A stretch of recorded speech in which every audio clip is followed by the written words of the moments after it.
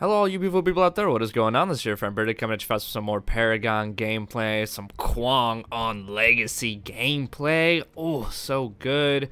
And today we are going to be doing something fun. Now, since it's a very slow week in general, slow news week for Paragon 2 projects and all that, nothing too crazy has happened. And because Nobori hasn't made a video that I can rip off, I'm going to do something interesting this time around.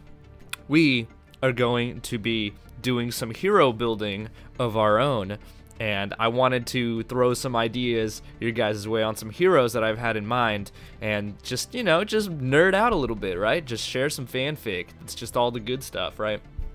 These are actually typically my favorite kind of videos. Is when I'm watching other YouTubers, is when I hear what's on their mind and what they think about, and I want to know what's on your guys' mind as well. So at the end of this video, drop a comment about some stuff that you had ideas about when it came to heroes and hero kits.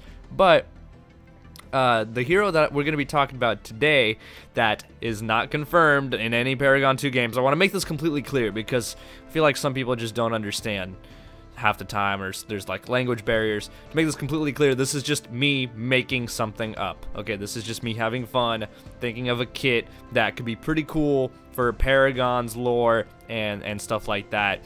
So let's just get into it. So as you guys know, Kalari was in this Cyborg Initiative program. She was in there with Wraith, and she was actually in that program with Muriel. Muriel was there as well.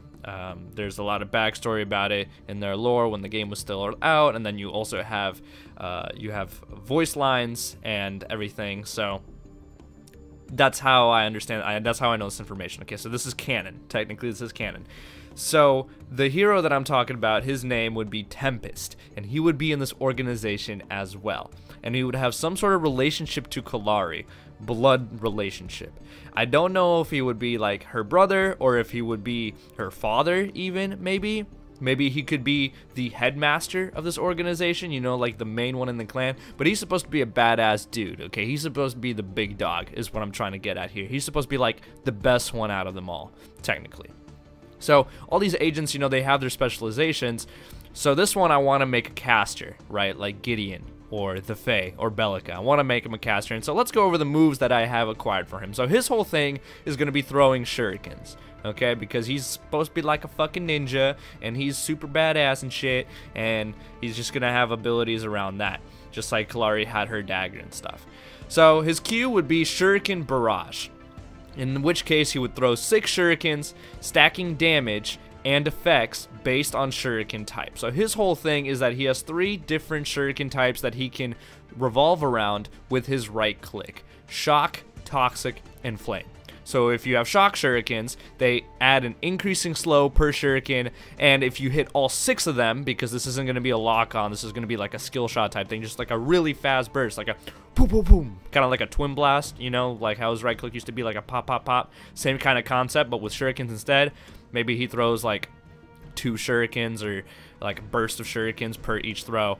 And so shock, you increase in slow per shuriken, so you get slower and slower, and then if all 6 hit, then the target is stunned. Then toxic, you add an increasing damage over time per shuriken hit, and then if all 6 hit, then the duration of that damage over time doubles. So kind of like a Moragesh Hive with curse type system, or mark type system. And then flame, you could have flame shuriken, which adds an increasing AoE explosion per shuriken hit, and then it leaves a pool of fire if all 6 hit. So kind of like Iggy and Scorch old ways, where Scorch would vomit on the ground and Iggy can throw his auto to make it a pool of fire. Same kind of thing there. So that's good for like crowds, for groups. Like if you had like a Gideon ult and everybody gets pulled into the middle and then you use it with the flame instead, then that could be good for a lot of damage to everybody around them.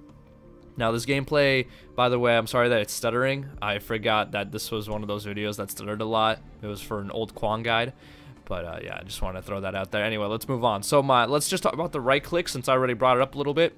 The name of it would be called Nindo, Japanese for ninja way, or I just got that shit from Naruto. I don't know if that shit's really real or not, but I'm just gonna call it for now. Doesn't fucking matter. Everything's here is made up anyway.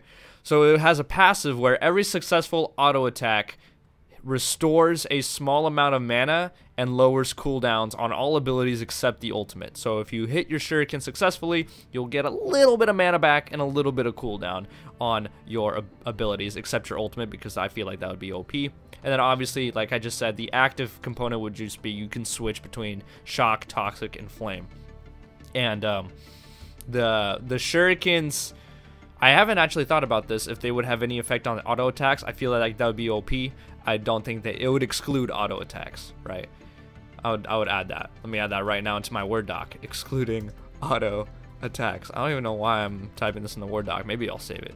Anyway, so the E would be called Substitution. Again, this is from what I saw in Naruto. I'm a big weeb. But I thought it would be an interesting mechanic in a MOBA where you can teleport to a target location, but only after you were hit. So only after being hit. Within 2 seconds, you can teleport to a location and you would regenerate mana when that happens as well. And then the ultimate is called Shuriken Storm, where you teleport to a location. So teleporting in Shurikens is this dude's deal, okay? Teleport to a location and unleash a 3-second flurry of Shuriken in every direction. So kind of like a Katarina if you play League of Legends, how she throws her daggers everywhere. Same thing, but with Shurikens instead. And effects vary based on Shuriken type again. So it's not just a big AoE damage, just explosion, burst, but also same effects, right? If it's shock, then they slow down and then stun if they get hit with the full 3 seconds of it. Toxic, again, same thing, and then if they get hit with the whole 3 seconds of it, and then flame, you know, AoE damage, and then leave a pool of fire on everybody who gets hit for the whole duration. So that'd be pretty insane as well, in my opinion. So hopefully you guys enjoyed this video. If you did, drop a like, comment, subscribe, all the good stuff. Let me know what you guys think about this kit, if there would be anything you change, if you like the idea, if you have your own idea for heroes. Let's just have some fun with this. Let's just have a good time. So again, thank you so much for watching. Make sure you hit that notification bell if you haven't already. As always, make sure to have a wonderful day. Peace.